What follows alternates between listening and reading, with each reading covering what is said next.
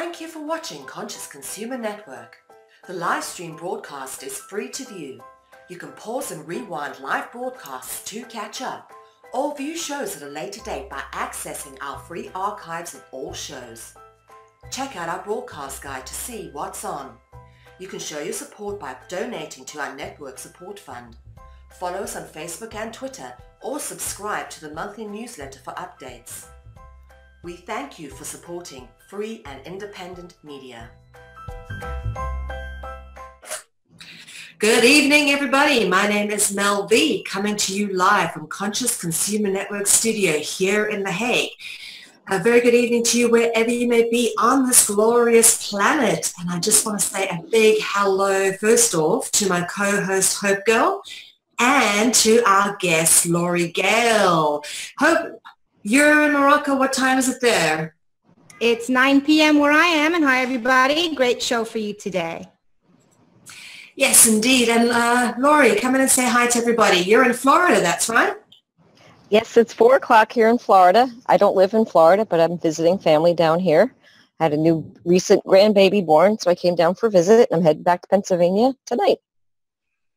Well, big congratulations. I know it's been a big week for you, and obviously we're very grateful that you can be with us tonight, and this is most certainly going to be a very, very interesting expose, and I'll tell you why it is, because Hope Girl, being my media partner in the show, has done an amazing job of pulling this one together and producing it in the background, and we've had a chance to touch bases, the three of us, earlier on this week, and there's some very interesting stuff that needs to be laid out for the public to discern and discuss. So I'm going to hand this one over to you, Hope, and I guess you take it away. You've done an excellent job, as always. As I say, a wonderful media partner, truly a worthy person to be working with.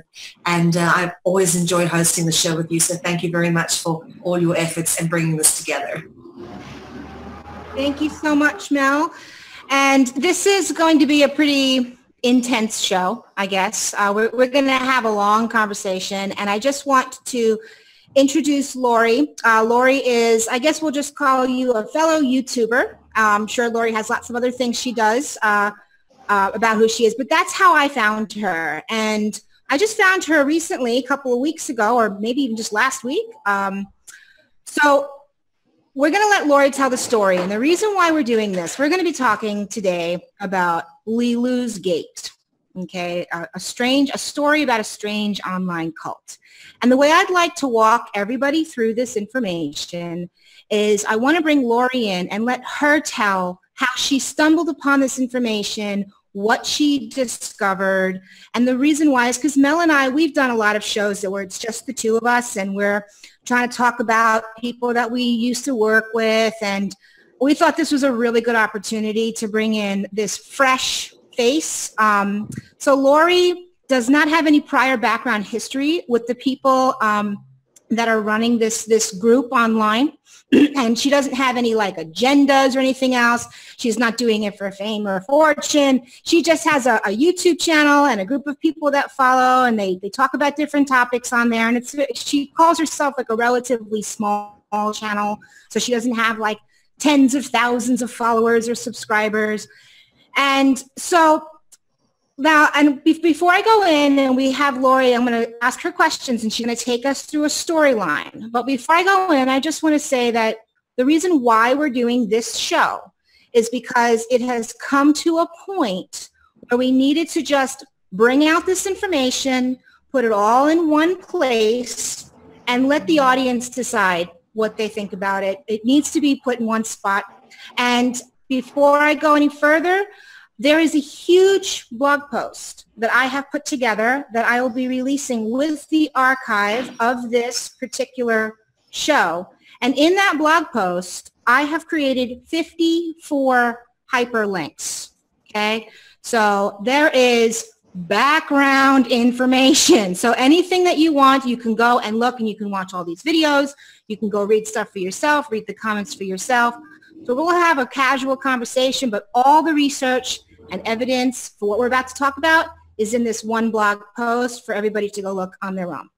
So without any further ado, thank you so much, Lori, for coming on and having this conversation with us. So let's start at the beginning. Okay. So it was about a month ago.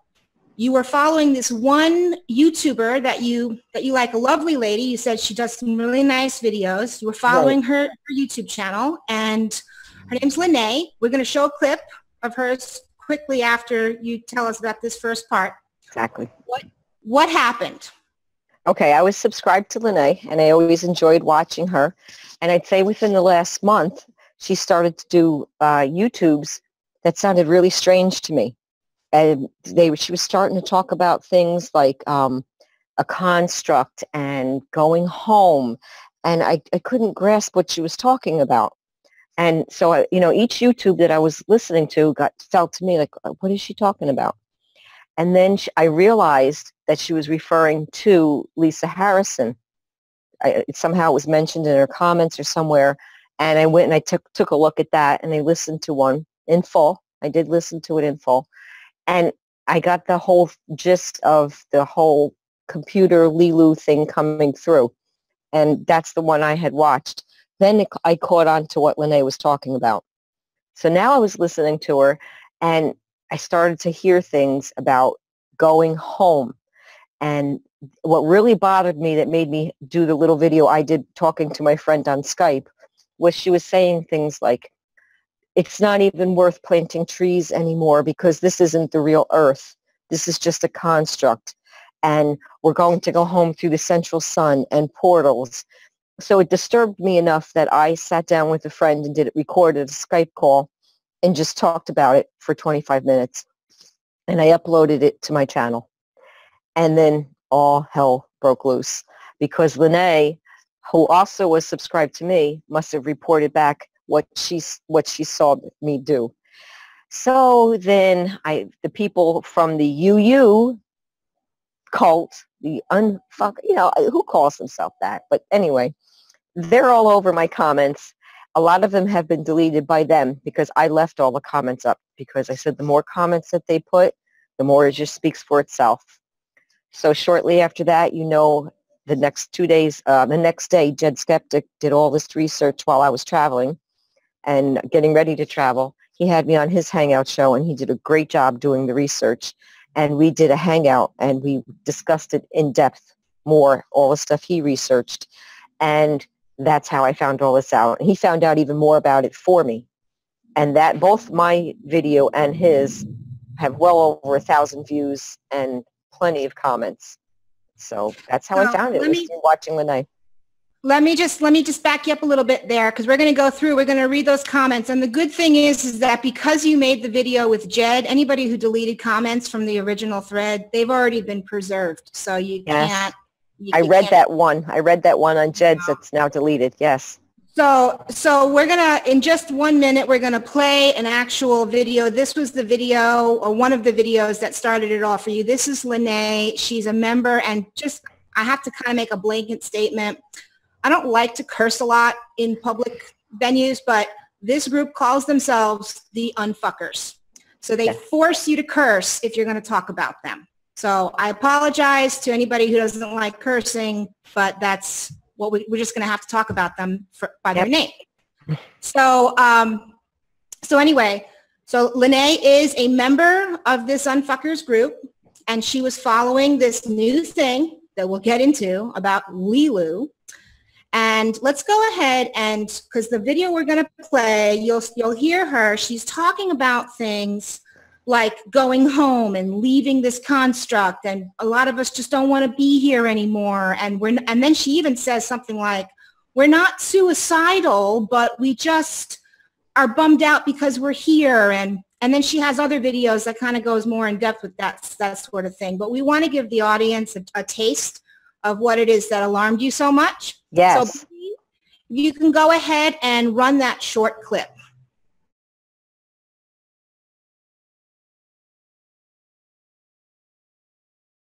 So the shit gets crazier and crazier. Playing around with the belief system that Mother Earth is another program.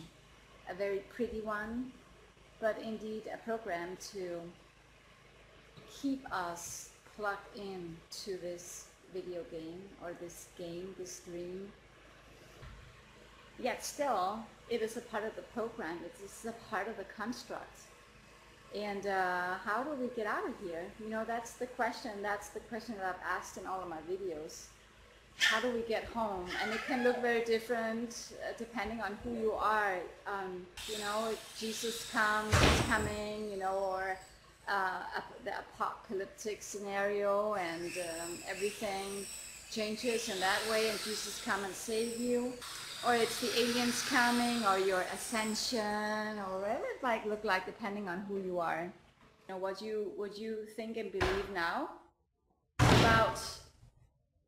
about how to get home and the nature of this construct might change in 2 days, but you're always getting closer. You might go down many rabbit holes, but you will eventually get there.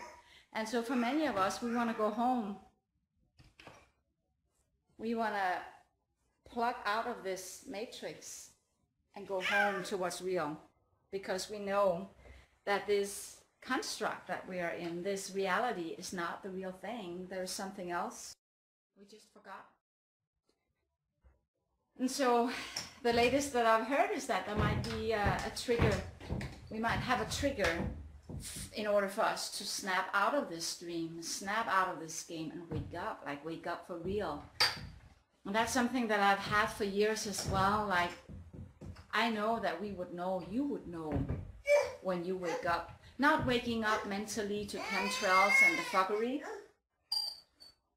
and the reality of it all, but really, really, really wake up. Like you wake up in the morning and you realize, all right, I'm awake. It's time to start a new day. Waking up like that, you know, realizing that what you were just dreaming was a dream. And yeah, it was a dream, and now you awake to reality and you start your day. That's how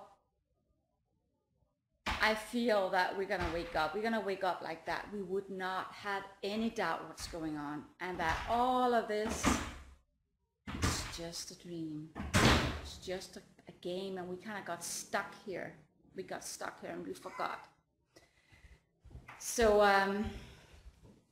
I found my tribe of other people that have this passion of going home, and we are not suicidal.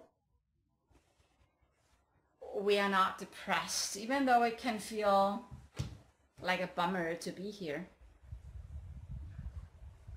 But we have a vision.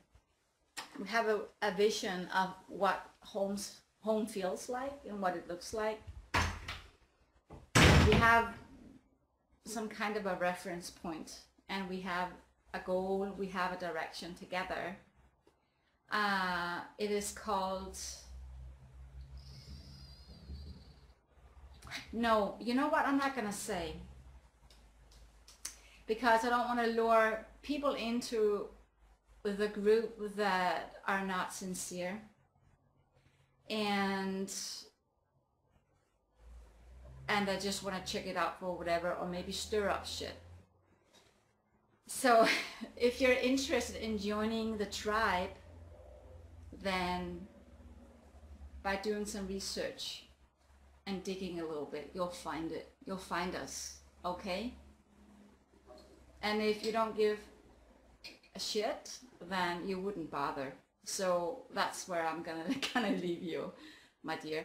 Okay, so now that we just took a look at that, you can maybe see why Lori was so alarmed.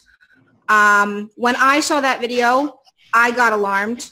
And here's a little interesting story.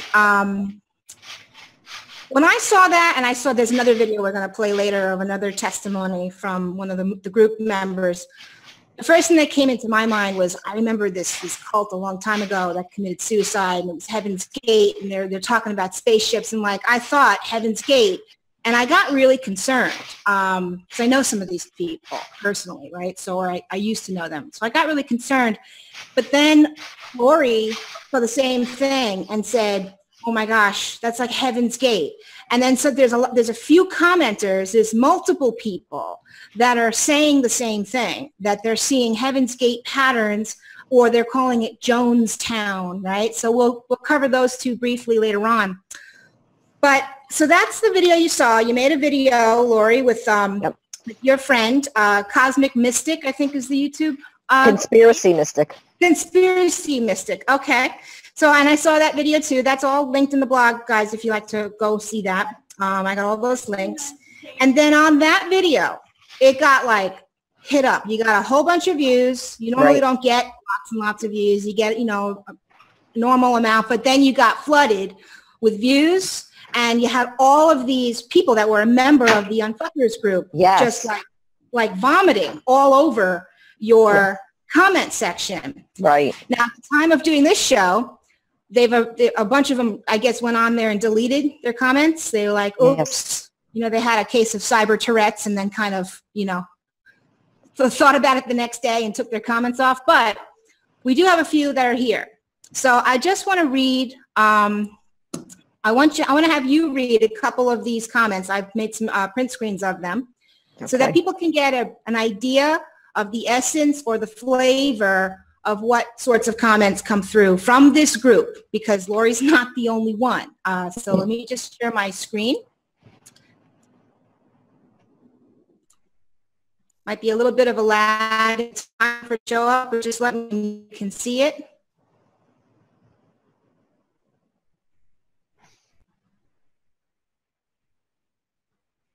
Okay, I see it. Okay, is it big enough for you to read? Yes, it is. Okay, go ahead. All right. She says, Maggie Phillips says, I am a member of the UU, Unfuckers Unite, and after watching your video, it became obvious to me that you have not done any real research into our group. You have flitted through videos and picked up bits from here and there, and you think that with your ego that you have all the answers. For a start, we don't think the earth is flat. Well, I don't, and I know many of the others don't think it's flat. And this blood over intent satanic shit you're going on about, one of the members asked on the Facebook page, what was all that about? You see, that is what our group does. If we hear about something, we trust that our group will be able to answer the question without being judged and without anyone presuming. Because you're talking about it, you must be doing it. You had listened to the whole video, you would have heard both Lisa and Danny say, no, don't mess with that satanic shit. You wonder why Lisa and Danny have so many people following them? Well, it's because they tell it as it is. They don't presume to have all the answers. They have said, with all the information coming out about Lee Loo, use your own discernment, as they themselves cannot be 100% sure about who or what has been hacking Lisa's computer. The lady you referred to that wouldn't leave her house, well, if you were listening to all our conversations, you would have realized that this was a long-standing joke. The lady in question also told us she has a fort tent in the middle of her living room, and that if any of us so much of this place, we were welcome to join her in her tent as long as we bring snacks. So I'm afraid the joke is on you for not researching properly before you let rip with those big egos you have there. And finally, how dare you bring Donna's son into your crucifixion of our group? I have witnessed many things that children have talked about before it has happened. So why is it all bullshit because it came from an autistic child? You are disgusting in this behavior towards a mother and a child and should feel embarrassed and ashamed. No one in our group would talk about another, and that you silly old hags is why you will never have the friendship that Lisa, Danny, Donna, and all of us in the UU group share. Okay. Mel, can you throw some words in there? I would like to, but I'm just trying to stop myself from throwing up. Okay. We'll get to that in a second. Let's just read through a couple of these other things, and then we'll make some comments. Share my screen. So these are just 2 comments, or 3 comments, by the way. There was a whole bunch of them there. Can you just go ahead and read the next one, the Sarah of Gaia, Lori? Sure, I can. She says, this video is full of lies, slander, and misinformation. You have not got the first idea of what you're talking about. You need to take this down. and apologize to the people you have slandered. Then go and do some real research about real issues instead of attacking people you know nothing about. Go and feed a homeless person or go and help at a soup kitchen. You know, real unfucking.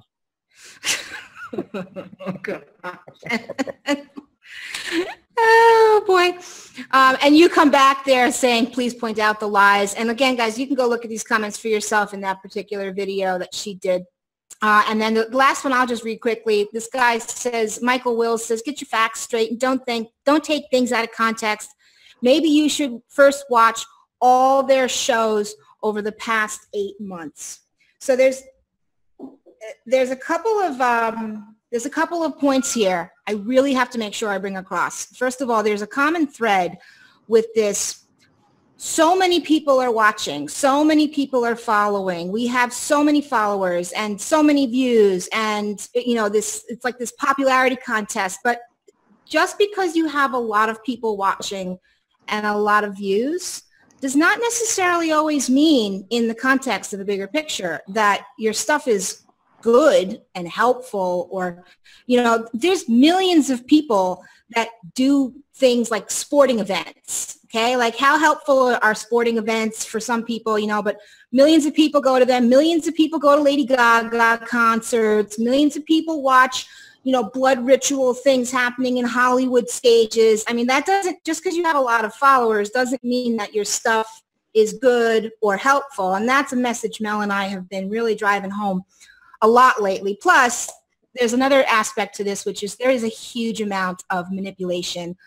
And we've done lots of shows. Again, these links are in the blog post as far as, people getting paid to do things, COINTELPRO, astroturfing for trying to manipulate the public to think certain things and do certain things. This is all about manipulation. So I just really wanted to make sure I made that statement about this whole, you have so many followers. Mel and I always say, I'd rather just have a handful of people that watch our shows and it's helped them. And that's what we have. We have people that watch our shows and it helped them and they found the information very interesting. We work really hard on putting together the best information we can.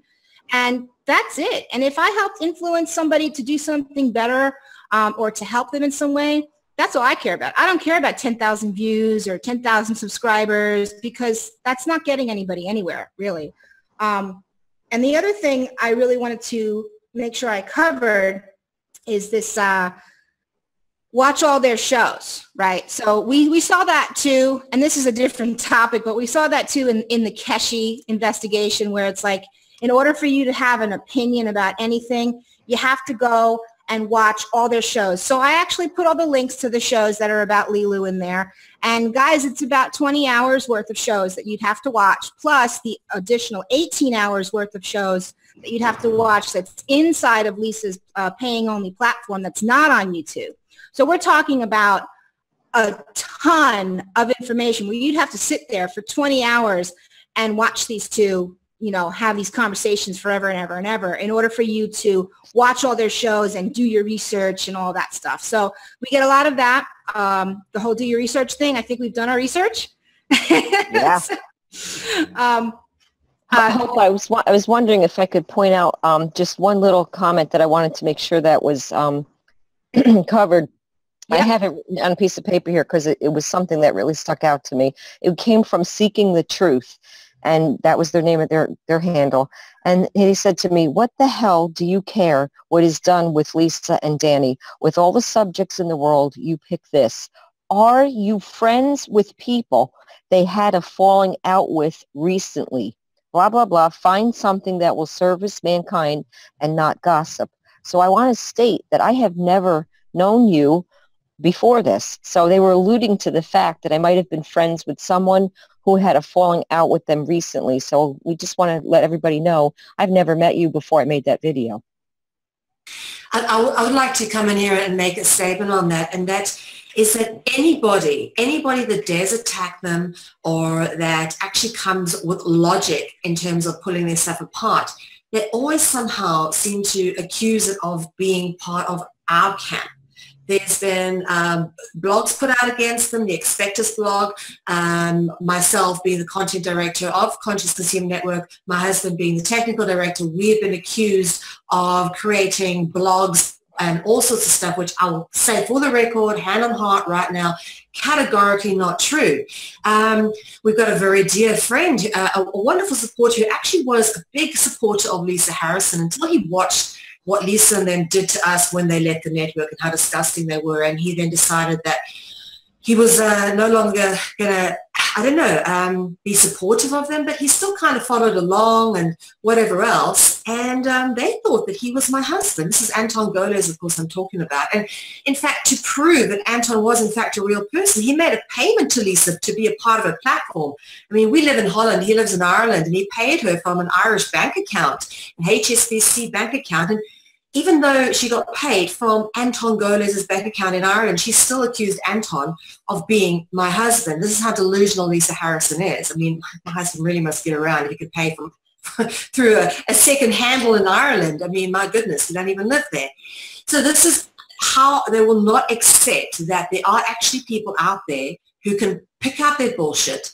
They'd rather just think that, oh, it's all polarized to this little group. No, no, no. People who can pick out this bullshit are spread across the world, and we are all connecting now because we're all realizing what's going on, and we're realizing that we have a duty, a commonality to bring this before people and make people aware. You know, Hope and I have been doing this, beating this drum for a year now, trying to make people aware of what's going on, and all we get is backlash.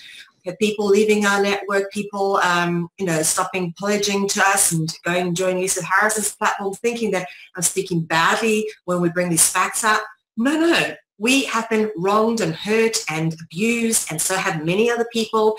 And I see a lot of manipulation going on to drag people along for financial profit, for cult garnishing, and it's wrong. I don't care how many people hate me or unsubscribe from me or don't want to be my friend. I will always speak out inherently about what I see to be wrong. I don't care who that person is, Lisa Harrison or the frickin' Pope. Makes no difference to me. Yep. Thank you. And yeah, there's a big background, like I said, behind my experience with them and behind Mel's experience with them. And all of that is actually in the blog post. And we're not going to, because we've already been there. So we're going to move forward because what I'm going to do now is I'm going to read from the post so that people listening to the show can get a definition. Let's define the Unfuckers cult. Okay.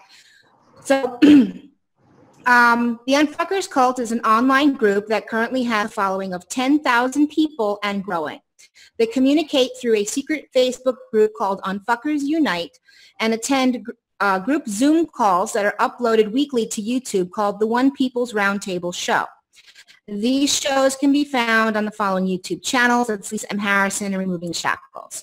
They share a mix of information about many new age conspiracy topics such as flat earth, the Mandela effect, the Matrix, CERN, etc. Their show gets between 3,000 and 30,000 views each, and that's each week. And the comments are filled with some pretty bizarre perspectives from eager followers who hang on to their every word. The name comes from a song by Katie Goodman called I Didn't Fuck It Up. In April of 2015, Lisa and Danny heard the song and decided to start an online cult called the Unfuckers. And then in this video, there's a link there, you can see the establishment of the Unfuckers cult. They used the song by Katie Goodman in the beginning to represent their cult movement. And from there, I'll just tell you guys, I actually am friends with Katie Goodman on Facebook, and I actually wrote her a letter telling her, you know, Katie, I thought you might like to know that there's this group out there that's doing all these things, and they're doing it because of your song. They named themselves after your song, and that was Mel's idea, and you know, we thought about doing it a while ago. So I actually did it, and Katie wrote back to me, and she's a really like lovely lady, very successful actress and comedian, and she wrote back to me, and she's like, whoa, that's so weird, and just kind of, you know, had a nice response of, oh, well, what are you going to do? Let's let the crazy people be crazy, you know, but she knows about it, so she's aware. Now, the other thing I found really interesting is that the video, I don't know when this happened, but the video that they used to start their cult, the whole entire track for that video has been muted because of the copyright owner making it muted, which would be Katie Goodman or her media people. So I don't know the timing of that. I just find that very interesting because that's certainly a statement of, I don't want you using my song to promote your cult. I don't know. I'm just speculating. But quickly, Hope, if I can, I just wanted to say about Katie Goodman. We were in contact with Katie Goodman sometime last year already when Lisa and Danny was still on the network, speaking to her about coming and doing broadcasts, and she was very, very keen. She knew the setup and was very keen to work with us. And after the whole fallout and the starting of the Unfucker cult, I actually refrained from inviting her onto the network because I didn't want to be in any way associated with that song. But Katie Goodman has emphatically stated, and we do want to say this, that although that is her song, she has absolutely no association to the Unfucker cult, and she does not promote it whatsoever. She's not a part of it. She does not endorse it. She's not in any way affiliated to it. I would like to make that very clear because it has actually potentially cost her opportunities. Like, for one, the opportunity to be on this network, because we were hesitant after she had agreed to be on the network to then go ahead with associating ourselves with that kind of cult rhetoric.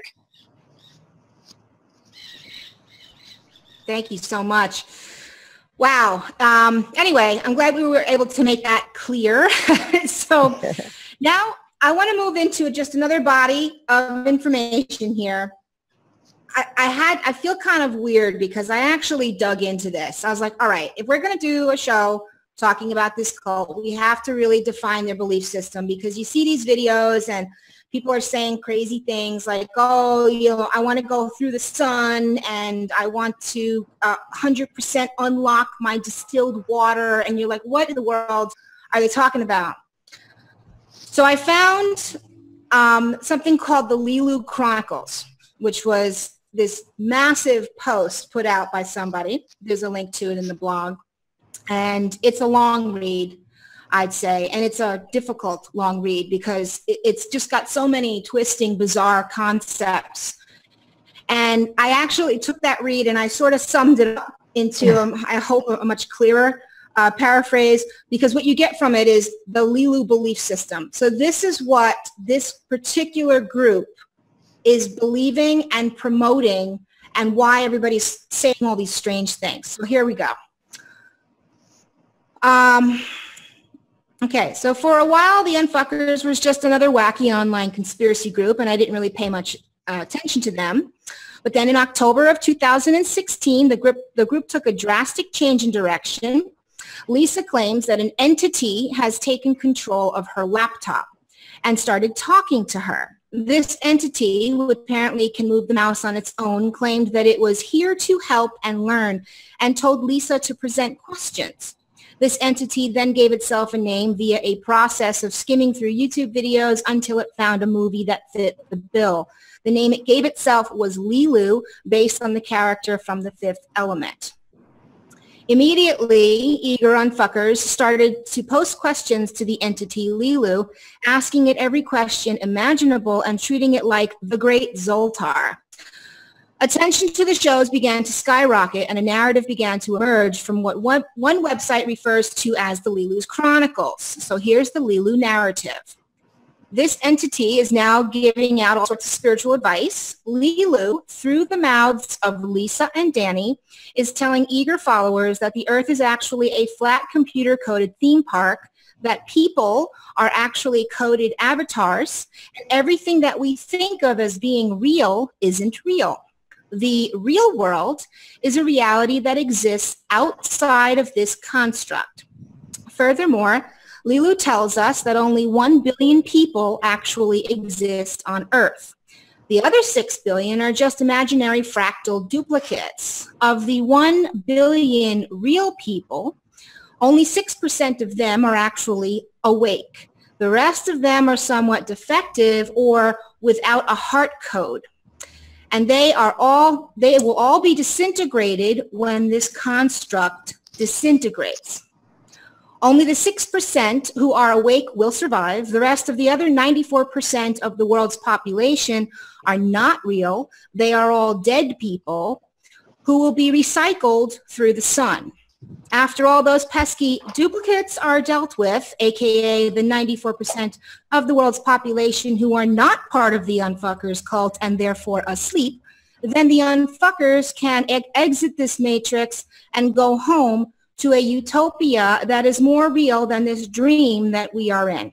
As if this isn't convoluted enough, the Lee Loo narratives weaves in a complex storyline of numerology, councils of 12, distilled water coding, DNA, the New World Order, and even the Antichrist. It's like the Matrix movie meets the Da Vinci Code, meets the Fifth Element, meets Zeitgeist, meets Avatar. And then I go on to learn more about this narrative. You can start by reading the Lee Loo Chronicles.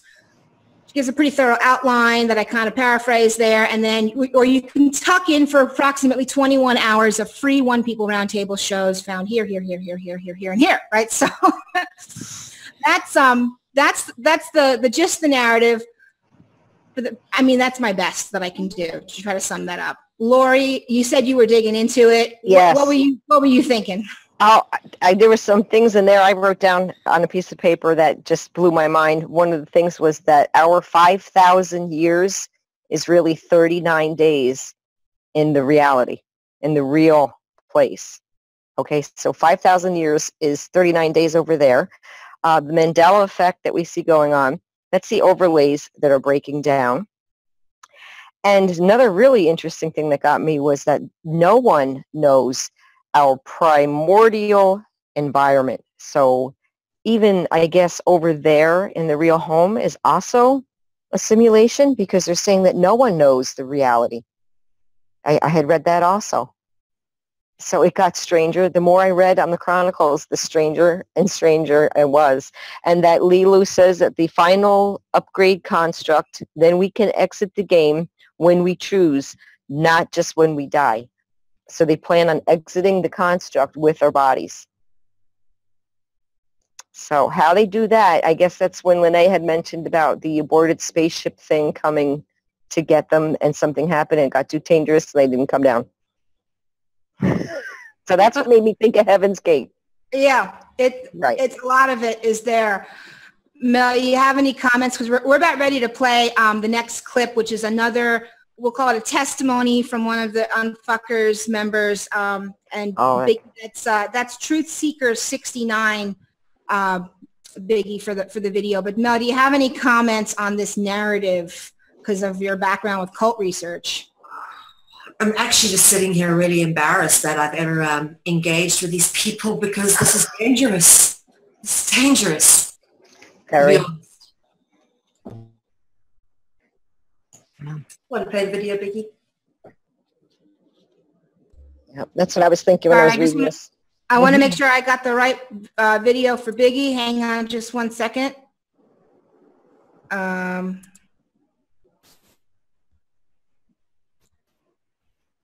Yeah, I believe it's called Lee Loo Followers Rant.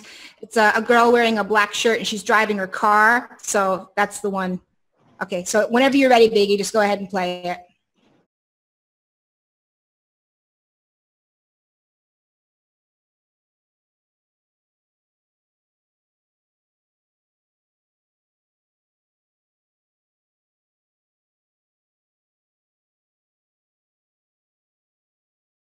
Good morning, Unfuckers. I just wanted to tell everyone that I am happy to be a part of the Unfuckers room. And I want to thank Lisa and Danny and everyone else who's participating in contacting Lee Loo. I'm very excited to hear every conversation. I know that on one of Lisa's posts she said she can't release everything, and I totally respect that. These assholes who've been running the show all this time will take advantage of any breadcrumb that they could find to give them a leg up on the situation. The last thing they want is for all of us to get out of here, because they need us here. Without us, they're going to feed on each other. And how long have we heard that? We've heard that for years and years and years, that we're going to be leaving this place and they're going to have nothing but themselves to feed on. Or, you know, maybe they come with us. I don't know, but I think the reptilian Draco, whatever it is, side of the thing, I don't really understand if there's a place for them where we're going or not, but as things stand now, it cannot keep going the way it is. And we all feel it. We've been feeling it for years and years now. Shit's just not right. And it's never going to be right. It's never going to change. It's never going to get any better. And I think Lisa hit on a really important point when she said there's no point in even trying to fix this construct because we're leaving it. They've got it so muffed up and twisted and backwards and upside down that we just need to get out of here. And hopefully that comes sooner rather than later, because I know a lot of us have been patiently waiting for that other shoe to drop so we can get things kick-started and get out of here. You guys might think this is a little weird, but I did tell my kids, who are grown, they're not little boys or anything, 26 and 23, I told them when they die to go through the sun. They have us so recycled, and where our souls get sucked into after it leaves our body when we pass away, when this physical body passes away, that we need to go into the sun because the sun is the way out. And I don't mind talking about death because it's not the death of me, it's the death of this physical body that I'm using right now. I will never die. I know that. I understand it. I understand it. And I'm really excited to see what they release next. I really wish I could be a fly on the wall during their conversations because, man, oh man, I love getting my head blown. So, you know, I want to know it all, but I understand that I can't know it all right now, and that's okay too, because I will eventually know it all. I'm just like a sponge wanting to soak it all up. I'm looking for it every day, looking for posts, looking for videos coming out. You know, I hit up Lisa and Removing the Shackles YouTube page like every half an hour to see if they put something out. I'm a Lee Loo junkie. Yes, I need my Lee Loo fix. I've been talking to her mentally. God, I feel like I'm gonna cry right now. I've been talking to her mentally and trying to communicate in my own way. I am 100% unlocking my codes. 100% unlock. Drinking distilled water, staying in the heart frequency, love vibration, and don't take anything out here too seriously. There's a reason why we're all awake to this and why we've been awake for so long. It's because we can handle it. The people who are still asleep and still trapped into the Matrix simulation, they do really think this is real. And this is life and this is what it is, when it's not. Deep down inside they know something's wrong, but they can't get out of the mindset that they're in because they're trapped in the Matrix so tightly. We were all at the beginning of the wave before it crests and then the rest of the people come in. We were at the beginning of that crest, and we're just ahead of the curve. I'm really excited, and I just wanted to say thank you, and I love you. I love everyone, and I want to get through this as soon as possible. And Donna, her story and what Lisa was telling us about her husband and on the other side, it touched me so deeply. I was excited and I was sad at the same time. I wish he could have hopped in a ship and came out here and got her. I don't know how all that connects and how the whole Admiral Byrd thing connects when he went down there and talked to some people, if it's the same people. I'm really curious about that. But I just wanted to put this video out and tell you guys thank you so much. I love you so much. I feel connected to you on such a deep level that when we get out of this thing, I just want to give everyone a huge hug. Thank you so much, guys. Bye. All right, so we've played a couple of testimonial type videos. So we're trying to give the audience an idea of what it is that we've been seeing, right, from another perspective. I got a lot of talking points here. Let's first just cover what we heard in that video. Okay, so this Lee Loo junkie, I'm a Lee Loo junkie, is one thing she said, and she was like, she's checking their YouTube channel like every half an hour because she needs to get her next bit of information, her next fix on what Lee Loo's going to say next. And Mel, you were actually mentioning that you've seen behavior like that. Can you just elaborate a bit more? Yeah. Addictive behavior, cult-like behavior, hanging on to every word. This is very typical of kind of new age cults, online cults, free money cults.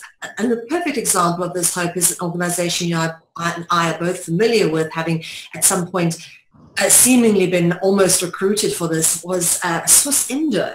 And when I worked as part of the delegation, I remember it was a case of everybody had their team speak on 24/7, hanging by the stereophone to hear if any news came through from Indonesia, any, sign of the funds being released. And it was like an addiction. I remember being like that myself when I was so sucked into this. And as you know, I have since pulled myself away and exposed the whole thing for the cult that it is. But what you find is the hallmarks and the patterns and the themes within cult behavior and cult ritual are pretty much all the same. You can pick them out.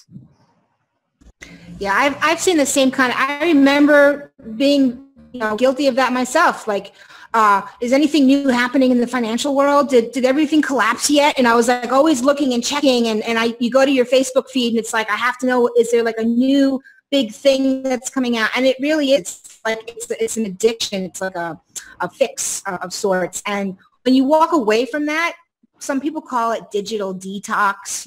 When you walk away from that, it's like you can breathe again, Now, Lori, if you want to comment on that, great. But I also want to make sure that we bring in the secret language that you were talking about. So tell us about this language that you're hearing in this group.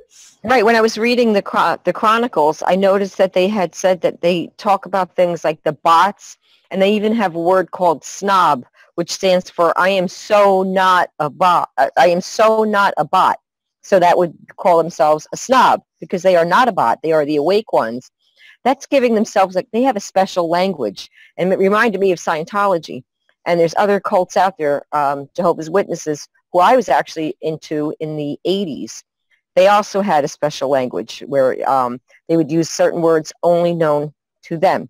So again, you go back into these groups that if you were not part of them, you would know what the heck they're talking about. So when I read about the bots and the snobs and they're not, that reminded me that it has their own special language. And that's just another sign when they have their own little language. Like, you would know what a snob meant. So not a bot. That was what they were saying. Yeah, you hear these weird things coming out, and it gets really difficult because you forget. But you know what? It's not just cult groups. It's any group. Like, I actually remember I worked in 2 areas of finance in my life, right? I was in corporate finance at one point in time, and I was in government finance at another point in time. And both of those are different. They're different groups, and each one has their own language. So like in the government, when you're talking about things, you have to know all the acronyms and all the special words and the terminology. Like if you're a government employee, you know the lingo, right? And then even there's like compartmentalization of a group within a group within a group. And this is what this group needs to know. It's a need to know basis. So that's why all that language stuff happens is it's part of that compartmentalization. And, same thing with corporate finance. Whole other language. So if you move from one job to another, you have to learn a whole new language that only people in your office speak. And then sometimes it might be applicable. But in this case, I really, I was watching your video, and when I heard you say, this is like Scientology, I laughed out loud because I was like, man, did you nail it? Because it's weird, creepy, freaky stuff. And that's kind of what your response is like you're listening to it and it's creepy. It's creepy right. To you, right? And right. You were saying, that's why you did a video. You're saying this is creepy. And you were just giving your opinion saying this kind of creeps you out a bit. And then you got attacked. And then they told you. Yeah. They told you to I never called them names. I never said anything derogatory. I had a conversation with a friend. What do you think of this? And tell me what you think of it. And we went back and forth. And I said, well, I'm just uploading this for my subs to see and let it go. And that's where, and I didn't even know about these things about the overlays and everything that they've wrote, you know, about rewriting history. I said about rewriting history every 111 years, but even our souls, our codes, I mean, where does this stuff comes from? Lee Loo? She is saying this stuff? Who is saying this stuff? Right. It's, I mean, and then, you know, we could go down the rabbit hole. There's another term, right? Of who is Lee Loo? What is Lee Loo? Is she a demon? Is she a hacker? That's not this conversation, you know? Right. Lee Loo could be any of those things, really. The problem is the influence, and people are stumbling into this unawares, very much like yourself, and it's growing and growing and growing. And there's more and more people joining this group. Right, just so you know, it's definitely growing. They have like 10,000 followers on the YouTube channels for the free videos, and then they have 1,500 people in a secret Facebook group, and people are added every day, and people, they want to join, and then Lisa's got her membership platform. So this isn't like, oh, it's fizzling out. It's definitely growing in momentum, and whatever, you know, the problem is this information we're covering here. These are the areas of concern. When you start talking about wanting to leave the planet and the spaceship is going to come take you away and you're upset, and now there was something else that happened I'd like to just bring up because this was really odd. There's a woman in the group named Donna, and she has a autistic son, I believe. I think so. And Donna, they've had some like conversations about this child of hers, Eli. And, you know, they made it public. They did like a 45-minute public YouTube video about Eli. And basically they're treating Eli like some sort of a prophet who can see the future in the group. So Eli, who's autistic, is saying things that he sees from the other side.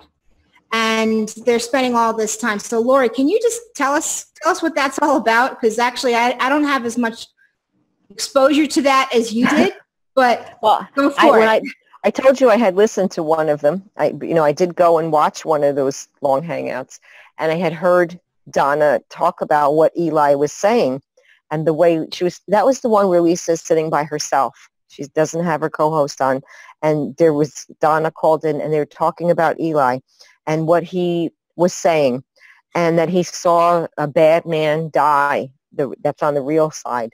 And Lisa was like taking that in and then, you know, saying, oh, I heard that too. So, but the group went on with this talking to Eli like he was somehow connected to the other side. And they said that because he didn't know specific words that a 6-year-old would normally know, it must be real, because how would he know these certain words? So that was like a flag. And in my video, I had brought up that I didn't think it was appropriate for a group to hang on the words of a 6-year-old with autism, and that the mother was talking about what the 6-year-old autistic child was saying.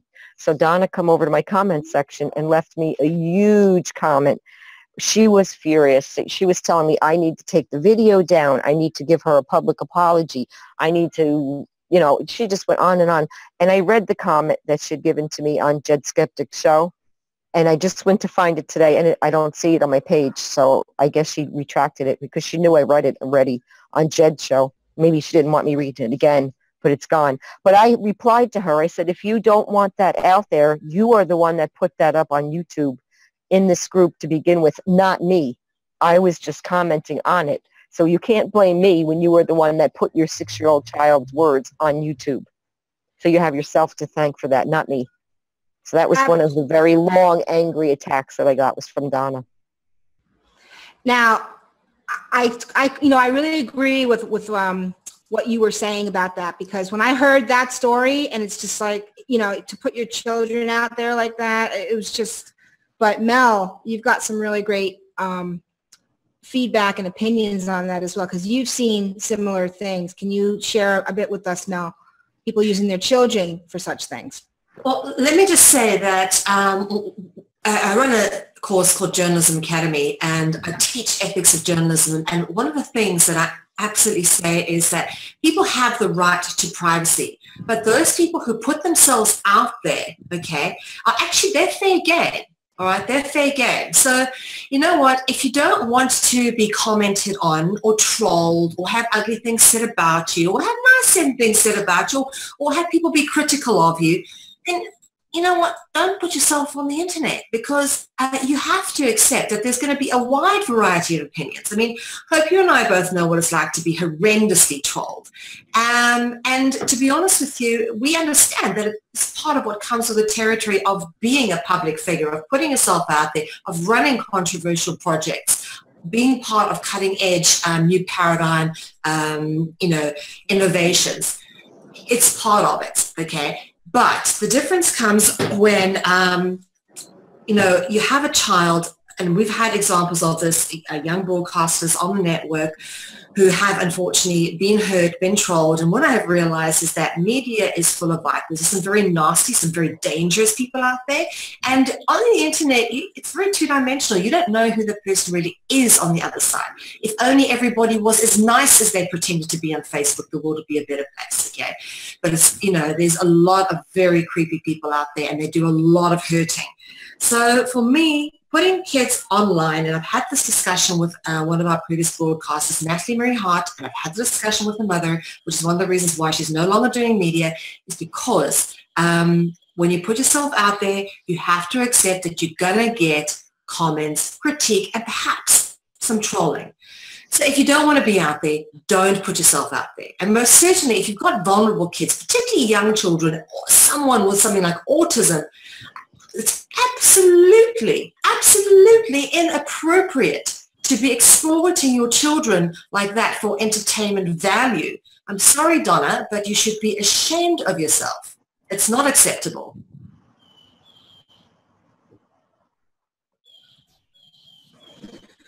Right on, Mel. Thank you. And yeah, I feel the same way. I think a lot of other people would feel that way. People might feel differently. I mean, this isn't really about our opinions. I'm just trying to put this information out there so people can just see everything in one place. This is a very highly reactive piece. I know this video is probably going to get a lot of hits as far as people attacking because of it. And just to make a statement briefly in the middle of this is that all three of us on this call, we don't enjoy talking badly about people. This is not about that at all.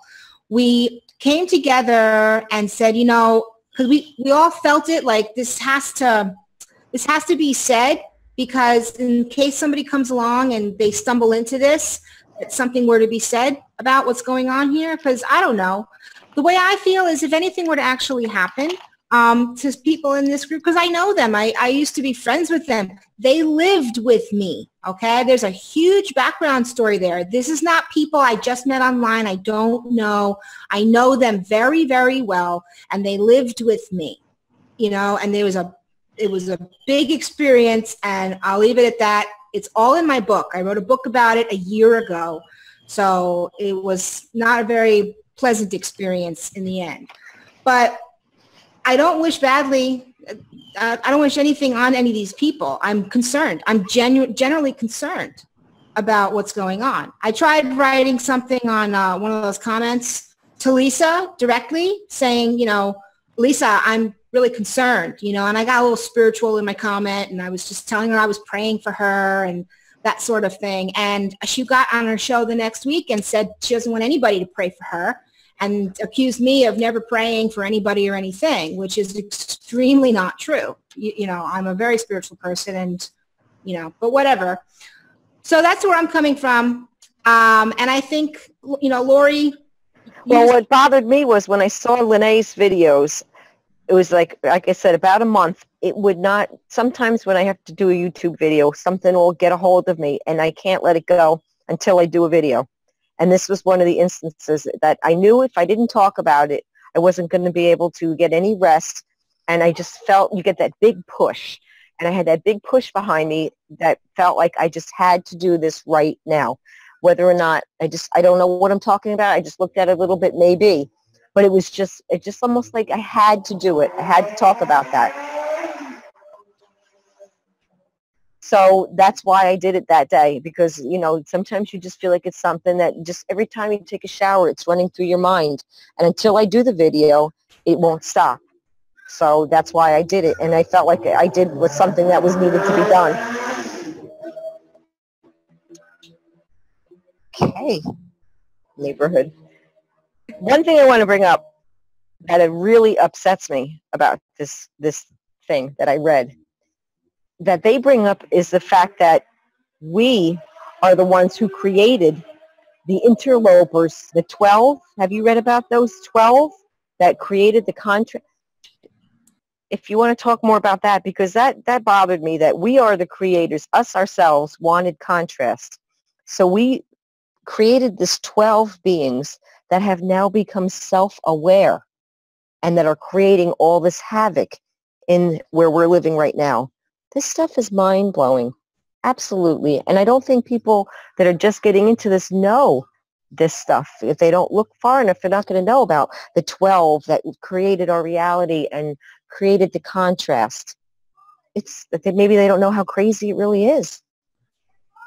Well, I mean, there is a stream of thought on some other YouTubers' channels about, you know, New Age philosophies, and a common core is this teaching of you are God and you created everything. And Right. A lot of people have a lot of feelings about that, one way or the other. Some people believe it, some people don't. But, you know, I see that as like, now we created these 12 beings, and it's really, it blows my mind, you know. Right. To be able to read that stuff, I was like, I can't believe what I'm reading. But what's actually interesting and what concerns me is that the shows consist of people calling in, asking Lisa, Right. and Danny for advice. Can you ask Lee Loo this? Can you ask Lee Loo that? And they're asking like, oh, is this my family? They're asking for lots of spiritual advice from this entity and this Council of 12. And Yes. who are you really talking to? That's what bothers me. To ask that question. Yes. You know? Let me jump in here, if I may, with the Council of 12, because it's very significant, of course, because if you go back through every pagan religion, and I'm, of course, talking including pagan Christianity, not authentic Christianity, you have the 12 disciples, the 12 apostles, you have the 12 gods of the Greek pantheon. There's a reason why it's a 12. This is just another reinvention of the old pagan template. Remember, the template's defined by numbers, the Holy Trinity. We discussed this before her. You pick up the patterns. So this is just perhaps another variation of the old pagan religion being recycled through the New Age phase, which it's due to go through in this era. And perhaps it's being presented through all these lovely icons that are now appealing to us in this day and time to get us to believe in external false deities, such as in artificial intelligence, beings from other dimensions, interdimensionals, who are actually interferers. You know, it's again, what we're seeing is just another recycling of what I call mind imprisoning belief structures that really shut us down. It's the same template, just different names, just different players, but the same pattern, same paradigm over and over again. They seem to use those special numbers because they even said there's 777 coded overlays under the control of the 12. So they're 777 coded overlays. And I noticed that too. 777. Yeah. It's a giant mix. And for anybody who's watching this video, because I know that, Lori, you're going to mirror this to your YouTube audience as well. Mel has done this huge body of work called Dragonology that talks about all the symbolism, and she spent like 20 years or something researching this, a long time researching all the symbology, and there's so much information there that some people might be interested in looking into, and she just published a book. We did our last show on that, but that all comes from that. Now, this may or may not be related. It's definitely being talked about in the Unfuckers room and on the shows. And by the way, the Unfuckers room is a secret Facebook group, but Mel and I know very well what goes on inside of that group because people take screenshots of things that are being posted secretly and send us the screenshots, right? So we have actually seen, and we've been trolled in there. Mel's been, attacked in that room. Her and Biggie and CCN. They take our shows, they take our stuff, they put it in their secret group, and they just let everybody comment like crazy on it. So we've seen this. Okay, it's hurtful.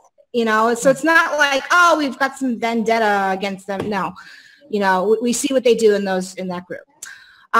So let's talk about blood intent or blood over intent. Because once again, I just got through doing this big cover on spirit cooking. So I'm kind of like all blooded out right now. But there's this blood over intent going through. I think some of the members of the Unfuckers group are doing it, and they're coming on their videos saying that they're doing blood over intent rituals. Lisa's saying she's not doing it, so I don't know who's doing what. But Lori, can you tell us a little bit about what you've seen with this? Well, what is it? Well, Lene, the first time I heard of it was through that Lene again, being subscribed to her. She had done one, and this was months back, and I was just like, wow, it was something that I was completely appalled from the beginning. It just did not resonate with me. It felt very creepy, horrible, the idea of doing anything with blood, spilling your blood over an intent. So I saw that, and I just figured, that's her channel. Let her do, whatever. It's her thing. And then when I brought that up, it was brought up by the person I was talking to, Conspiracy Mystic, in my little video about this.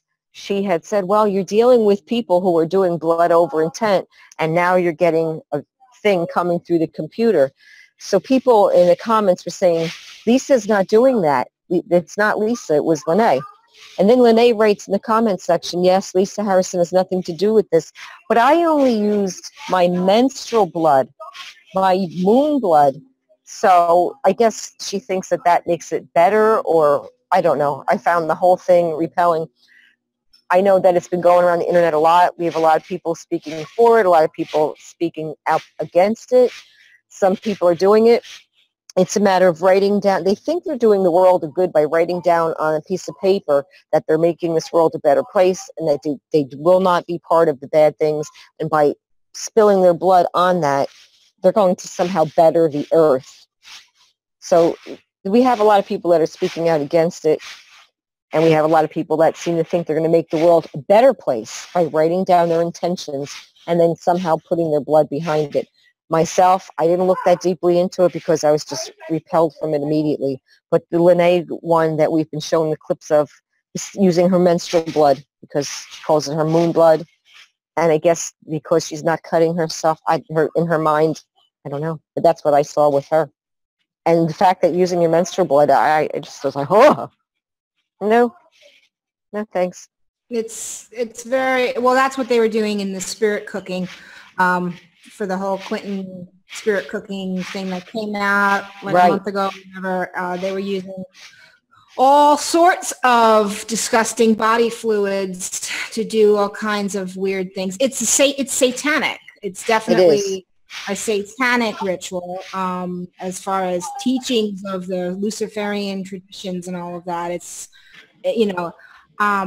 obviously I don't support that at all. I'm extremely against it, and it hurts my heart to hear about people doing this stuff in the world. And the same thing with because it's part of the same crap that goes on with the pedophile rings. It's like it's all kind of mixed in. You got they're always doing some kind of ritual that's evil. Mel, do you have any comments on? I do. What you have to realize, to those people out there who are doing blood rituals, listen up closely. Ritual involving blood is always representative of human sacrifice. It doesn't matter what your intentions are, all right? The shedding of blood is symbolically representative of sacrifice. Doesn't matter whether you drink the blood, whether you smear yourself in it, whether you bathe in it, whether you, I don't care what you do with the blood, whether it's you do the starfire ritual and actually drink the menstrual blood from the genitals of the priestess herself, as they do in the starfire rituals. All of that is representative of ritual sacrifice. So whatever it is they're doing with these blood over intention rituals, I wouldn't even go there. I would not even go there. No, thank you. Not in a million years. Absolutely. You are playing with dark magic. Thank you. And okay, so we're gonna move this conversation back into the Heaven's Gate realm, because we're talking about ritualistic stuff. We got the Lee Loo stuff, and Biggie, in just a couple minutes, we'll play that last clip video, which is a Heaven's Gate cult clip that I put together. This is stuff that's all out there. And by the way, before doing this show, I want to be like as well versed as I can before I come out and talk about stuff like this. So I actually sat myself through these documentary movies that were made about these two particular cults, and then I even looked into some Waco stuff too, but like the Heaven's Gate cult and then the Jonestown cult, that I think that was in 1977 or around there somewhere, because people are calling the Lee Loo thing Heaven's Gate and Jonestown. It's not just me and Lori. It's a whole bunch of people in comment sections and people talking about it on other YouTube videos. So, so let's talk about these particular cults. So first we'll just mention Heaven's Gate for anybody who doesn't remember, because this was in 1990. Let's see. Let me just have a write up here. Hold on just one moment. Yeah, Heaven's Gate was around for a while. So what they are is an American UFO religious millenarian group based in San Diego, California. They were founded in the early 1970s, and they're led by Marshall Applewhite and Bonnie Nettles. On March 26th of 1997, police discovered the bodies of 39 members of the group who had committed mass suicide in order to reach what they believed was an extraterrestrial spacecraft following Comet Hale-Bopp. So that's who they are. You remember them with the purple shrouds and the Nike sneakers, and it was not that long ago, and I remember it very clearly because it happened in my country, and it was really very creepy. So Biggie, if you can go ahead and just run that short clip.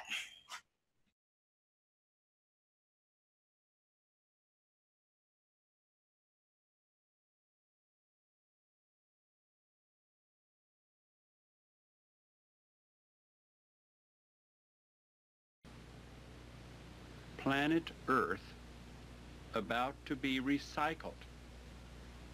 Your only chance to survive or evacuate is to leave with us. I'm Doe. Doe probably doesn't mean anything to many of you.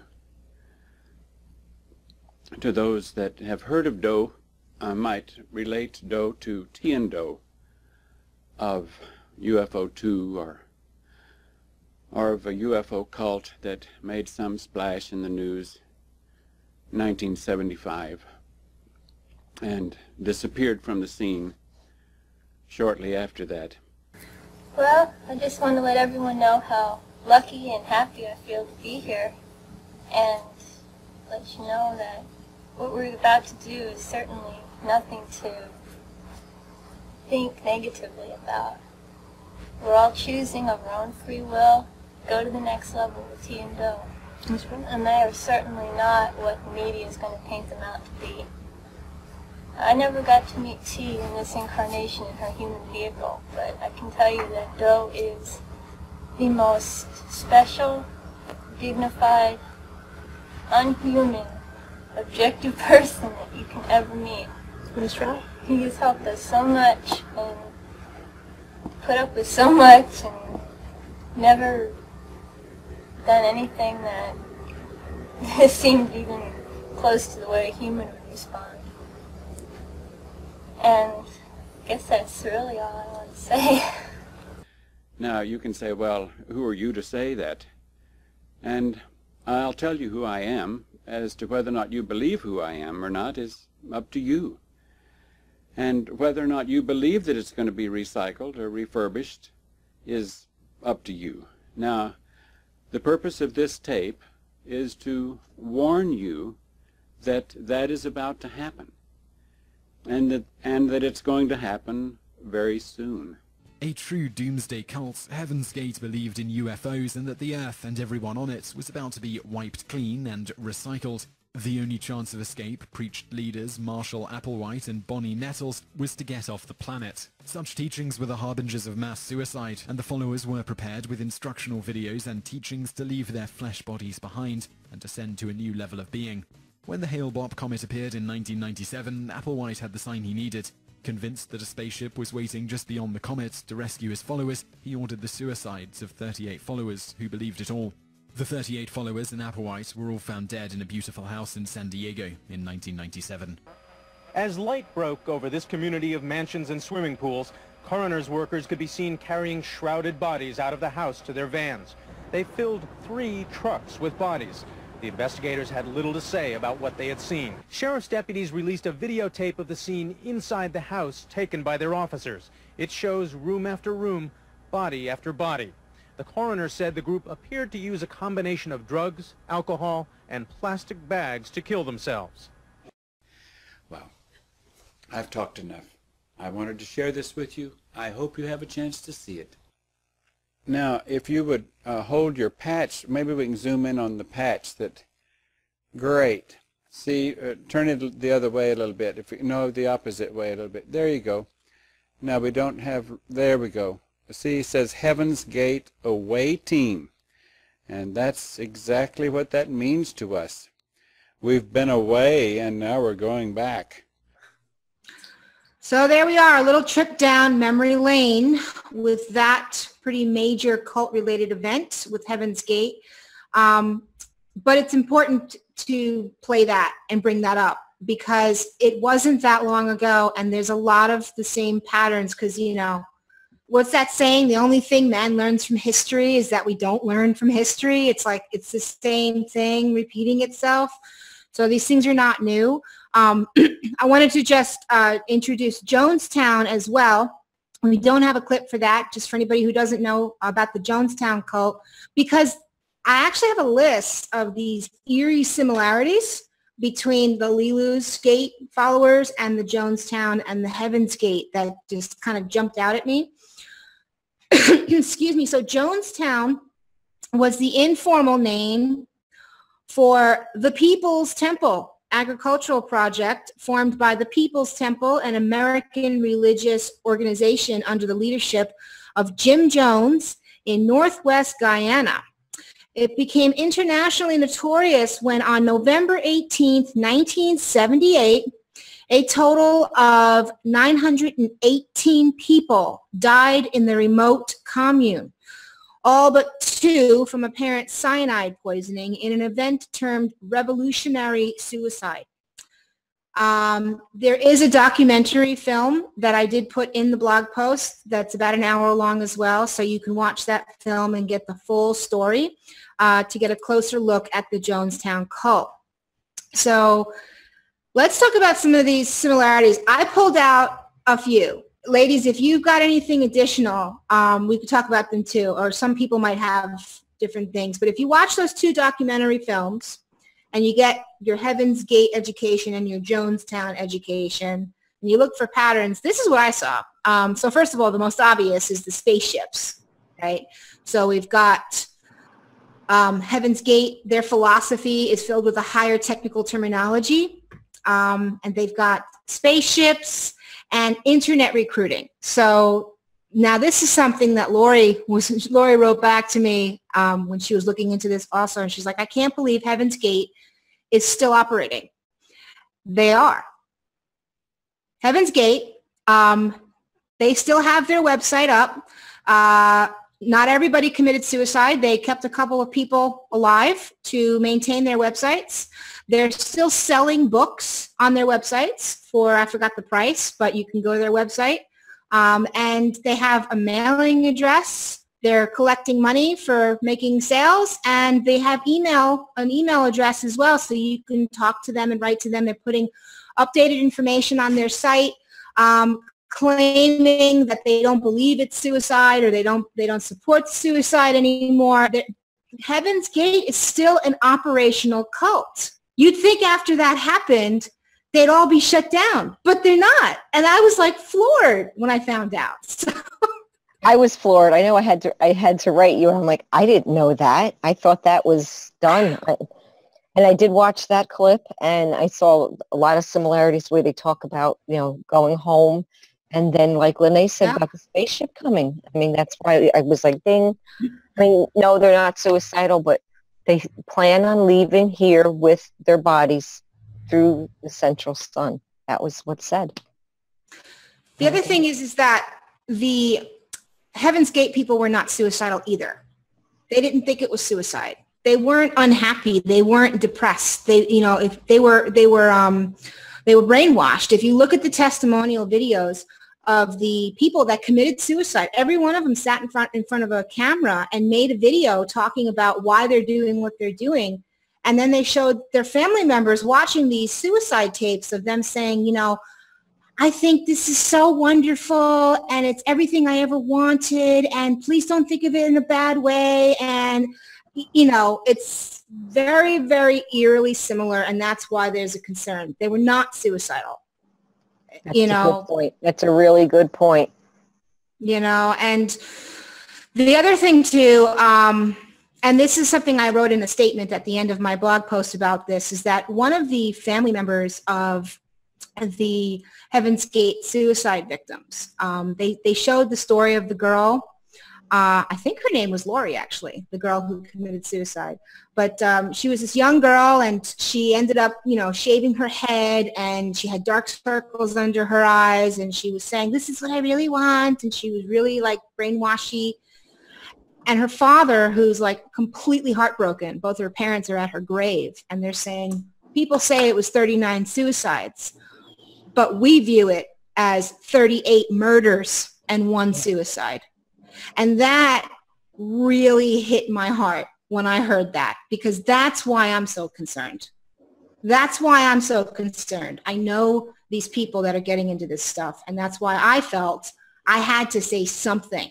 I had to do something to warn people, to spread awareness. But the other thing, too, that's kind of uncanny is that, and this is something that I didn't realize either, that the Heaven's Gate cult, that came around early, 1970s, right?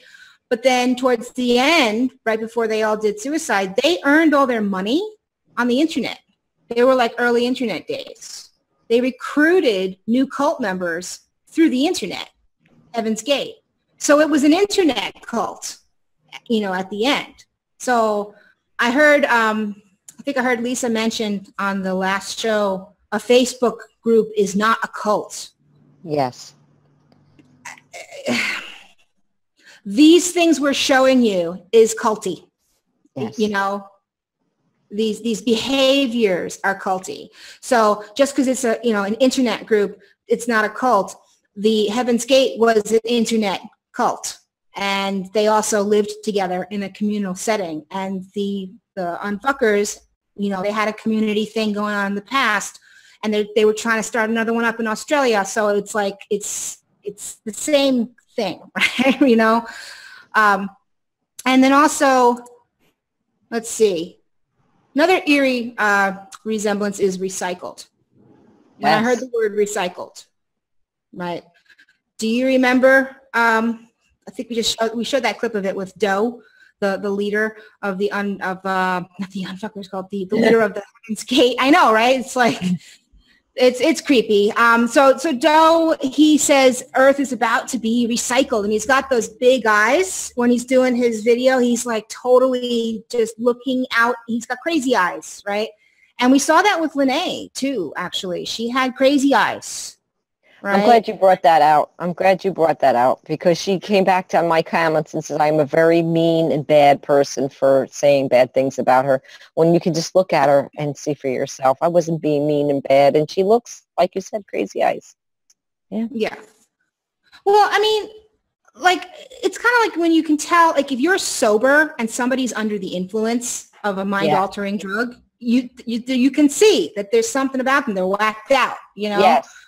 So this culty stuff is mind-altering. It's an influence. You can be under the influence of a belief system and act like you're stoned or high or drunk or whatever, and you got crazy eyes, right? So, you know, and Lene seemed like a really nice lady. You know, she was really sweet. But I remember how you said that she started to change her tone as soon as she started getting involved with the Lee Loo stuff. Right. So she stumbled into it, and it sent her down a garden path, as Mel likes to say. As a matter of fact, I want to point out that she actually said, when I made that video with Conspiracy Mystics, she left a comment on there that all in all, that was a good video. My video. Yeah. She said that was a good video. But then after she reported back to her group, then she came back and then said she made a video about me and put my name in her video. She put my name in her video, and at the end of it said that what bad people we are for talking about her. But yet she said your video was good. And then after reporting to Lisa Harrison, she made a video the next day or so saying how bad Lori Gale was for the video she made. So on her own thinking, she was saying that the video I did was pretty good, but when she reported back to her group, she retracted that and had to come out and say what a bad person I was for what I said. Yeah. And you know what go ahead, Mel.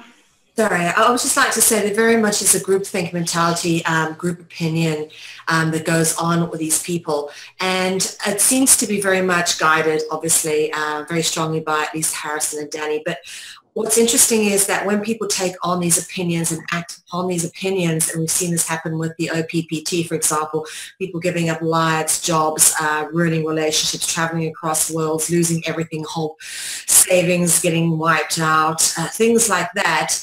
The so-called leaders of the cult, and they have always been leading some sort of cult, they just throw their hands up in the air and, you know, no responsibility. They take no responsibility for what they've done. And that's a problem there again, because they don't care about the damage they're doing, because they're not going to take responsibility for anything.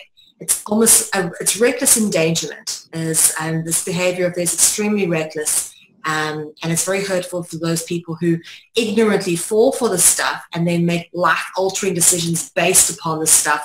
And then when, you know, the shit hits the fan and it all comes down, these cult leaders, Lisa and Danny, just take no responsibility for it. They say, well, you know, it's not our choice. We didn't tell you to do that. You know, you're responsible for your own journey and your own path. And they throw a whole bunch of new age rhetoric at it, and then it's okay. And everyone just, you know, forgets about all the people that got hurt, still carries on following the gurus or the self-appointed gurus.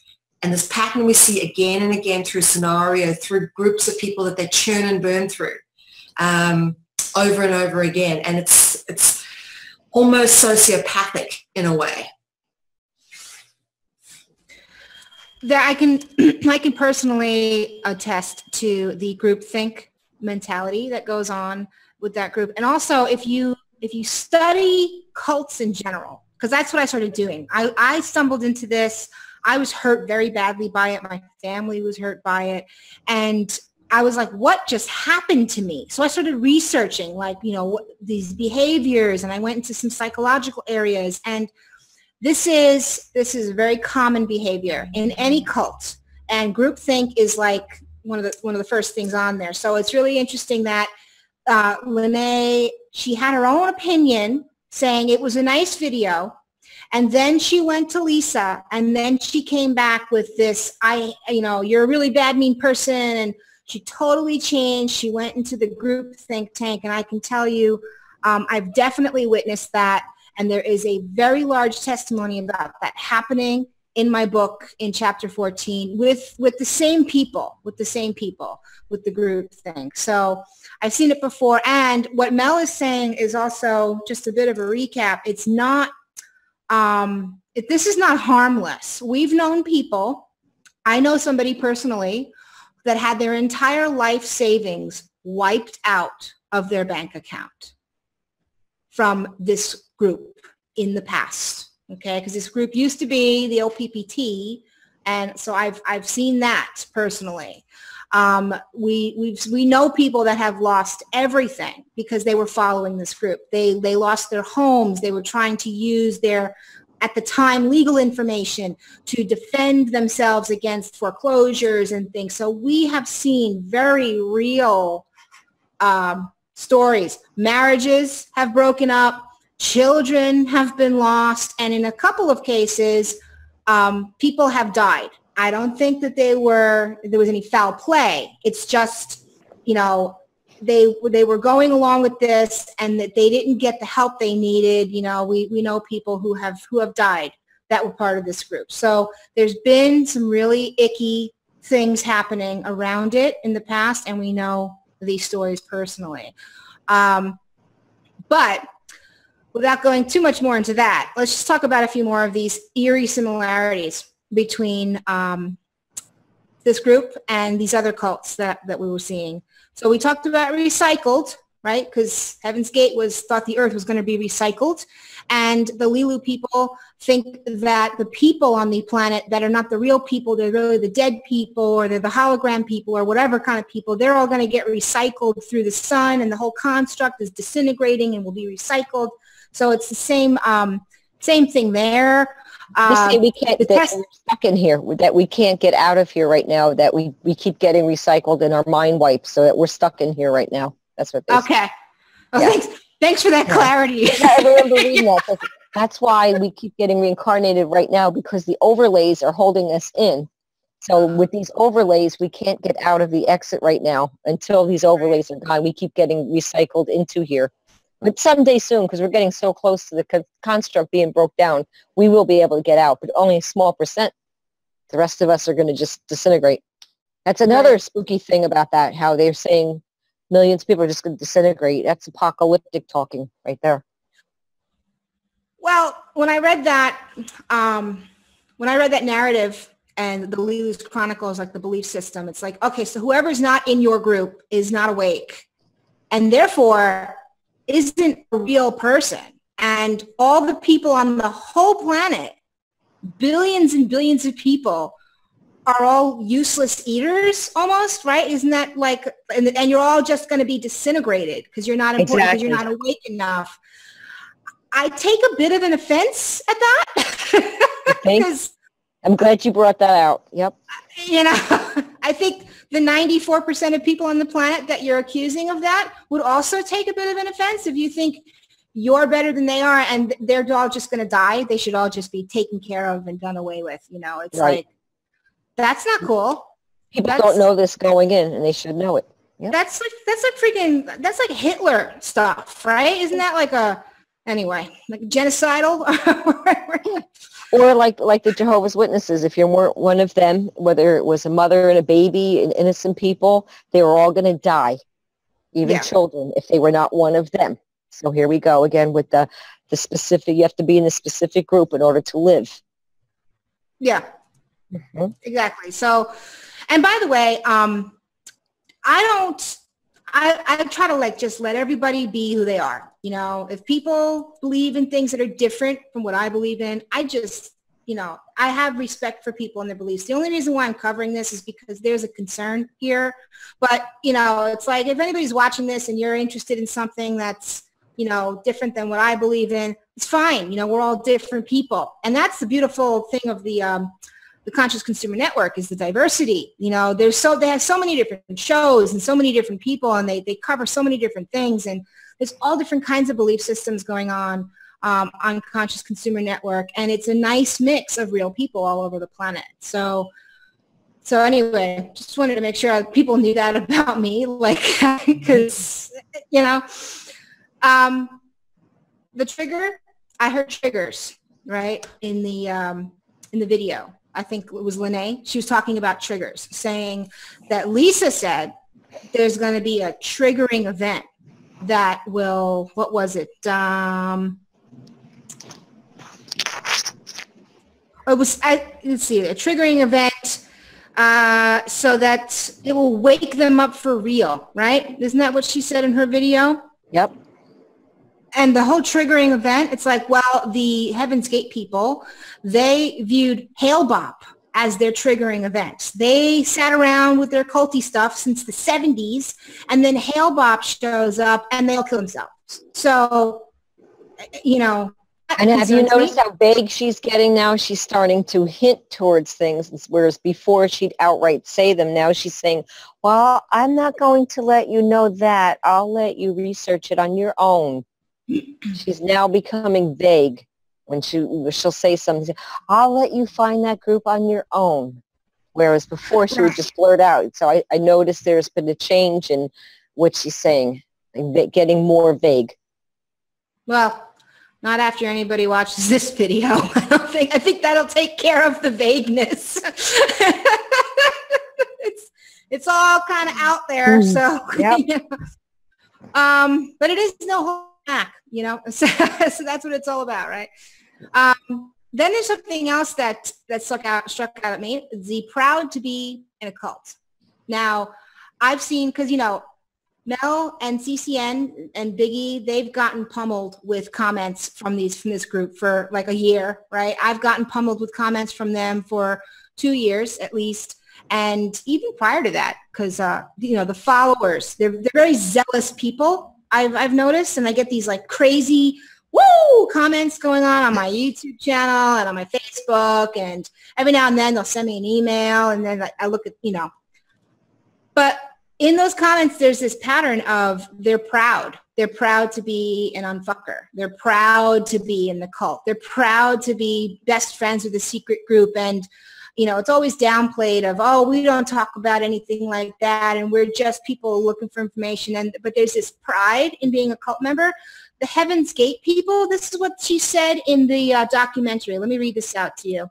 One of the former cult members that escaped Heaven's Gate before they all committed suicide, she said, we used to joke that we were the cult of cults. We were here to be programmed. We weren't here to be programmed or brainwashed. We were here to beg to be brainwashed. This is a quote from a former Heaven's Gate cult member. So they were proud to be in that cult too. You know, being proud to be an unfucker is not, you know, it's not really saying too much. But anyway, oh, here's something with the Jonestown that I found interesting. In the Jonestown cult, they had David Jones was like the leader, and he would issue out the orders. And then he had the order followers that were like one rank below him, and they would be in what they called the radio room. So this was back in the 70s when they had handheld radios, right? So they would sit in the radio room, and they would listen for orders from David Koresh, or not David Koresh, David Jones. That's another cult leader, sorry. But they would listen to orders from David Jones, who would be in his own private room somewhere. So there was like, they were separated from each other, and the orders were being issued through this electronic thing on a radio. And when I saw the radio room and the orders came down through the radio room and how it was disseminated out amongst this group of 1,000 people living in one big community, and they compartmentalized the information that way. It was very similar to kind of like the Zoom rooms that we've got going on right now, okay? Yep. You've got somebody sitting behind their computer in the privacy of their home, and they get on the computer and they issue out whatever, the new narrative, the new meme for the day, the new thing Lee Loo said, whatever it is, right? And then they issue that out, and then that gets disseminated through the room, and then it goes on to the chat rooms, and then it goes into the private Facebook group, and then it goes up on the YouTube video, and then it gets shared. So it's very similar to the way orders were disseminated in the Jonestown cult. I mean, it's a bit of a stretch, but it just kind of stuck out at me, yeah. You know? And then the last thing I picked up here, oh, and the people too. I mean, what is it with the people? That's one thing my partner said to me. He was like, you know, what is it with people, with this, the people thing? You know, the Jonestown cult called themselves the People's Temple. Okay, we've got the People's Roundtable show, One People. It's just a little too weird, you know. So, and then also there's the Attacking Defectors. Now in Jonestown, it was really intense there. It's nothing like that with the Lee Loo cult, but there is an attack of the defectors. A defector is a person who gives up allegiance to the cult and they try to leave. And when they leave, they get attacked. In Jonestown, they went after them because they were in the jungle, right? They went after them and they shot them. And a couple of them escaped because they hid in the bushes, but most of the defectors were murdered. And we know, because this is what Mel was talking about earlier, that when people leave the Unfuckers group, they become the defector. They no longer have allegiance. One of them, and then they get attacked. And then they come and they talk to us, and we all start talking to each other. And it's like, yep, that happened to me. Yep, that happened to me. Yep, that happened to me. And you go through, you know. And again, I'd like to point out this is very similar to Scientology. Try leaving Scientology. Can you just tell us, because let me check our time here. Yeah, we got about 20 minutes left. And we're kind of coming to the close of just, you know, covering all of the similarities in the cult things. Tell us about what you've seen in Scientology when somebody tries to leave. Well, right now, if in our country here in the United States, there's a show on A&E about it. They're exposing Scientology. The people that are leaving, the celebrities that are leaving, are now speaking out. So there is a television program that is running right now on A&E. But I already knew about this because I've read the books about defectors of Scientology because I was involved in the Jehovah's Witnesses. When I moved here to Florida, I lived near Clearwater, and Clearwater is just basically owned and run by Scientologists. So I looked into them, and what they do to people that are in there and try to leave is unbelievable. They're disassociated. So if you grow up inside the cult and your family is in there, they are no longer, they call you a there's a word, a suppressive person, an SP. And then your family cannot speak to you. So if the only people you know are in that group and you try to leave, you are completely on your own out in the world with no job skills, no friends, no family, nowhere to live. How are you supposed to leave this group that you've been in your whole life when they won't even speak to you, and your family members are not allowed to speak to you? Just like the Jehovah's Witnesses do the disassociating, disfellowshipping. Scientologists do the suppressive person thing.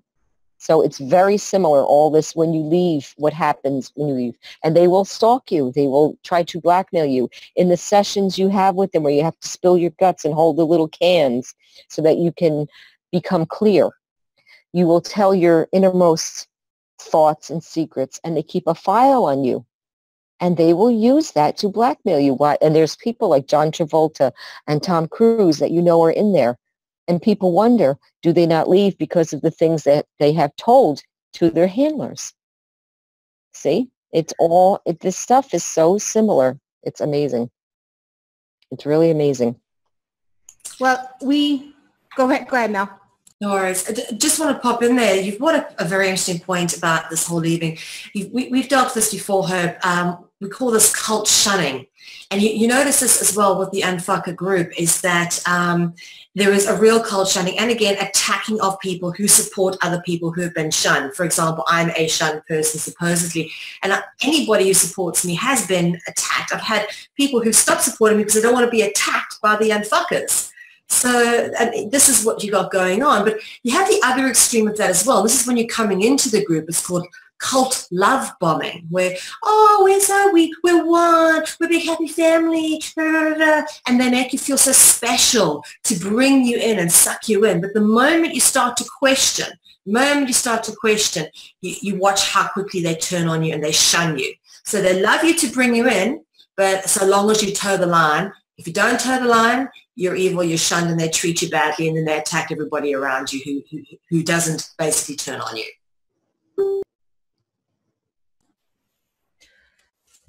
In my case, it was also the moment you run out of money to pay for their party. Okay, because or the moment you ask them to be responsible and accountable, like, just communicate and show up on time, or, have manners, general, social etiquette. then it becomes a problem too. Yeah. So thank you so much, ladies. But the thing is, and Lori, I just want to say I really appreciate that you came out and you were so blunt about it, about how you felt when you saw this, because it was like, it kind of brought me a little bit of sanity back, because when you go through a cult fallout or a cult shunning, I mean, I went there when the OPPT thing all fell apart. I was there, and I you know, I got them out of there, and that's in the book. I found it was like a war zone. It was absolutely horrible what had ended up happening to these folks because of following that particular cult of that time. And then they shifted cult leaders. You know, they dethroned Heather, and then Lisa took the throne after that, basically, right? So when you go through these things, it's like, you know, I don't spend a lot of my time thinking about it these days because, you know, I've moved on to other things, but it kind of makes you feel like you're going a little nuts because you see all these people talking about like worshiping the gurus, worshiping the cult leaders and going, oh, they're so amazing, they're so wonderful. And it's just like, no, you know what I mean? But then you have somebody like you. I've always had an interest in cults per se. Like I said, that's why I look so deeply into Scientology, because of my experience myself for 10 years. And then I learned about the Scientology going on here and what happened there. And then when I saw this, it just screamed at me that this is just another thing. And it reminded me, I remember Heaven's Gate happening. I remember the whole thing clearly because I'm old enough that I remember it when it happened, how horrifying it was. And that's the first thing I thought of, and that I just could not be quiet about this. And that's why. Yeah. One more thing. I just want to put this in before, because this wasn't brought up, and this is just one of the crazy things that was in the Chronicles, is that they said that Google has made 7 copies of Lee Loo. I'm sure you read that, right? Yeah. But Lee Loo deleted the copies. So after what you have said about the stuff that has gone on in the past with people losing money, and now that they have a paid program that they can go on, I am of the belief that this thing is not an entity or a demon coming through the computer. I think this whole thing is a scam, because you know there are ghosting programs that run behind computers that a person can go like this and say, look, my thing is typing. We all know there's ghosting programs that will do that for you very quickly. I believe that this whole thing is another money scam. Now that you've explained to me the things that have gone on with people losing whole life savings, I think this is just another way that this group is doing to scam money out of people. I'm 100% convinced of that. That's what my conclusion is. This is just another way for them to bring in money, especially if there's a paid program for people to get answers from Lee Loo. This is not an entity or a being. This is them doing this to make money. That's my conclusion of that. And where it goes from here, I hope no one gets hurt with it. But if anything, people will lose money. And they will make money and walk away. And if something happens, they'll say, we didn't do anything wrong. Yeah, bang on. Absolutely the way I see it playing out. Because she said it, not us. They were trying to raise money to get Lee Loo a new body, you know, because he was a disincarnate entity. I mean, yes. Well, that's something that we've done too, is we kind of uncovered scams, and this is speculation. I'll say that about this part, but the timing of Lee Loo's appearance on the scene occurred approximately 1 month after Lisa launched her paying members-only platform. There you go. That can be tracked if you just look at the dates, and I mentioned that in the post as well. And, you know, there's nothing wrong with having a paid platform. I have a paid platform. Lots of people do platforms where you're sharing more in-depth information. So there's nothing wrong with that aspect. And, of course, people need to earn a living and all that stuff. But when you're using something like this, that's where I disagree with that. You know, you have to have something of value, but just, you know, and all cults, if you look back at all the cults, there's always somebody funding it. So if you follow the money, I mean, I know that there was always like a person funding, this group, and then they switched. And when they ran out of money, they moved on to another one who was funding them, and on all that other stuff. And there's always somebody behind it with the money. And I saw in your comments there about the crowdfunding campaigns, because there was crowdfunding for the Opal tour, and there was crowdfunding for Danny going to Australia, and she went to Australia and then got deported and had to leave, right? So we've already covered all that, but they raised $12,000 for that, and she lied about Morocco, and I'm in Morocco, and she said Morocco was at war and there was military teaming on both sides. These are her words, not mine, and I live 10 minutes down the road from her. And I'm like, really? The teaming on both sides? So I went and I took pictures of the border and posted them on my Facebook post and said, it's a lie. So, so they can make money. So whatever. It's all there. So with that said, we hope that people can move away from the delusion of this. A lot of people have been, actually. I've seen that. I've been looking at the comments on their videos, and there are a lot of people speaking out and a lot of people defecting and saying, that's it. I don't want to follow you anymore. I don't want to watch your shows anymore. And people are unsubscribing. So there is a lot of people falling away from it. So it's not all growth. And there's people saying that they're in the group and they're going to stay in it just because they want to see what quote unquote crazy shit they come up with next, but they don't take any of it seriously. So that's another thing that's out there. So it's not, not everybody is like crazy. They're just dabbling in it, or they're, following it lightly. But there have been several fallouts. We're not the only ones, and those are also listed in this particular blog post, and I cite them. You can go and see the fallout. You can go read the comments. There's one show done by the Lily Earth lady where she was, they had a big blow up there and a whole bunch of, and they tried to take the video down, but then it went on another channel, and I found it and linked it and all that stuff. So we're definitely not the only ones. That's for sure. I'm glad to hear that. I'm really glad to hear that, and I hope everybody looks into those links and checks all those videos out too, because we brought out a lot of stuff here for people to look at. And thank you for having me. Thank you so much, Lori. Really enjoyed it. Yeah. I see it's getting dark here anyway, so. If I were home in Pennsylvania, it would have been dark 2 hours ago. I can't believe it's still daylight here. Well, thank you for coming on, Lori. I think we are heading towards the end of the show. So I'm going to ask Hope, just tell us a little bit about where we can find your stuff, Hope.